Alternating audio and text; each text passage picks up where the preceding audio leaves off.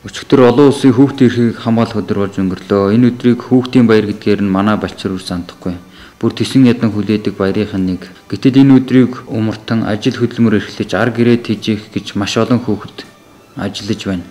Энэ хогийн зэг дээр өдөр бүр 160-аас 180 орчим хүн хог түүж амьдралаа залгуулдаг. Тэдний 40-с 60 нь 6-аас 18 насны хүүхдүүд ажилладаг гэдгийг Сонгон хайрхан дүүргийн гэр бүл хөгжлийн газрынхан хэлж байна.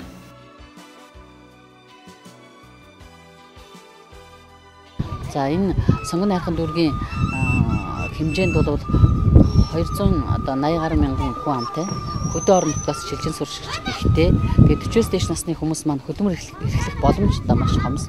Гэсэн хэдий ч одоо хөдөлмөрийн яамнаас энэ хүмүүсийг хөдөлмөрт одоо зуурчилж тийм ажилд оруулдаг. Мэргэжлийн сургалт үйлдвэрлэлийн төвүүдэд бас хүмүүсийг сургахаар хорооны халамжийн ажилтнууд, нийгмийн ажилтнууд хамтарч ажиллаж байгаа хэдий ч яг энэ одоо ирээд сурчсан хүмүүс маань нийгмийн талаасаа буюу одоо нийгэмшиг тал дээр маш их одоо хэцүү байдаг. Энд дэрийг сургалтанд хамруулъя гэхээр өдрийн хоолных нь мөнгийг хэн олж өгөх вэ? Гэх мэтчлэн асуудлууд их гарч идэг.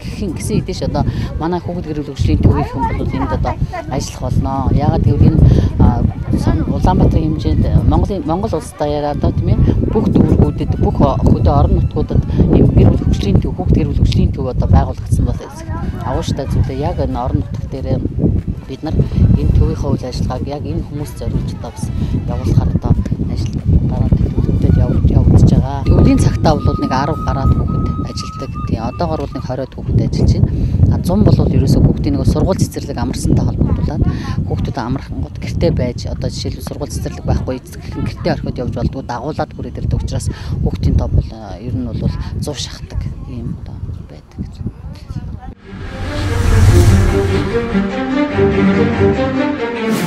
www.morningnews.mn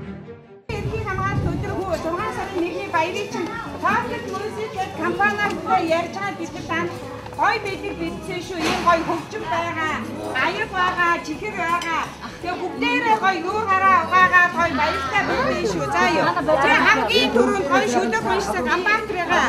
Ганбаатартай өстэй бэлэгний дээжийг өглөө. Манай Ганбаатар хичээл номдоо мэрийгээд мундаг алдартай уран уншигч болно гэж бодож байна. Тэгээ Ганбаатар чи хэлэхээр ангөө. Аа би чамаа гэж өөр газар хэлсэн. Хүүхэд бүр нэг л мөрөөдөл сайн сайхан зүйлийг ярьдаг. Толгойтын нарангийн ингэрдэх хогийн зэг дээр ажиллаж буй хүүхдүүд ч мөн адил алдартай дуучин болох эмч цагдаа гэд өөрийнхөө хүсч буй мөрөөдлийнхээ талаар ярьж бусад хүүхдүүдийн адил секс дугууланд явах, сакс хөл бөмбөгийн талбайтай болохыг хүсдэг хэмээн ярьж сунаа. Энэхүү хүүхдүүдтэй ойр дотн ажилладаг толгойтын нутгийн хөгжлийн төвийн дэргэдэх дэмжих төвийн нийгмийн ажилтан Баттөмрийн яриаг хүргэе. Хогийн зэг дээр хөдөлмөр эрхлэж 62 хүүхэд байдаг. 62 хүүхдээс яг би ингээд ар гэртээ танилцсан эцэг ихтэй уулзсан судалгаа хийсэн надад яг 35 хүүхэд байдаг. Яг тэр хүүхдүүдээ би юу ихээр энэ хогийн зэг дээр тэдэж одоо тэгээд алтан бус сургалтын зарим нь ор шалгалтууд ордог байхгүй юу. Тэдэр ихтэй юу яадгийг нөгөө дүүцэх шалгалт өгөөд тийшээ тэнцсэн хүүхдүүд байдаг. Тэгээд эдгээр чинь нөгөө хагасаа бүтэнсээ сургууль амаргүй дандаа энэ дэр гарна. Хөдөлмөр эрхлэнэ. Тэгээд эднийг яах вэ гэхээр миний газ бичиж байгаа юм нэг усан зор болчдөг газартай.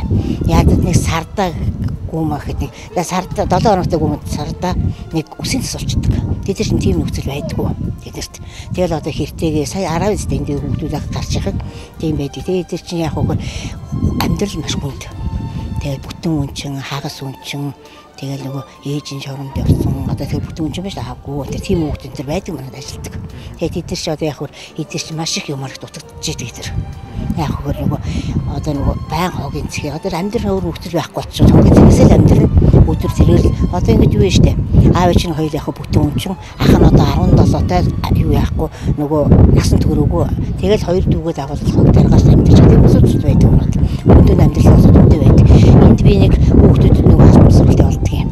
Тэгээ яг хөө 17 18 нас хүрсэн хүүхдүүд чинь баруун бич үсэн мэдгүй. Ганцхан тоогоос амьд тийм хүүхдүүд байна. Тэгээд эдгээр чи яг хөө би нөгөө анхны мэдхтэй өгөөд цаашаа манайх нөгөө алтан бус сургууль гэгэрэл төгөж байдیں۔ 65 12 дуус сургуулийн тийшээ нэг дүүцэх шалгалт өгдөг. Тэгээд эдгээр нөгөө анги дэвсгэн анги дэвсгүүл гэгэрэл төгдөө нөгөө алтан бусдаа явж тэгээд эндээсээ хөш хайхиж шалгалт өгдөг. Тэгээд цаашаа гэрэл хэмжлэг авах сургууль ордог. Тэгэхээр алтан бус хийж явуулж байсан. Би юу? Би энд ороо 6 сар болж байна. Урд нь би энэ урд Улаанчуулуудын хогин цэг их бас энэ дээр ажиллаж байсан. Бас энэ дээр албан сургууль явуулж ирсэн. Тэгэнгүүтээ яг за арганы ажлаа төрчүүлээ аваа сая ахиж энэ дээр ирээд 6 сар болж байна. Энэ төв дээр ирээд ажиллаад. Энэ яг хайр халуун яг нийслэлийг халуулж үүсгэх гэдэг үү? Манайх уу? Үгүй энэ юу толгой цорооллоо нутгийн хөгжилт үгүй харьяа дэмжигдэг гэж явдаг юм.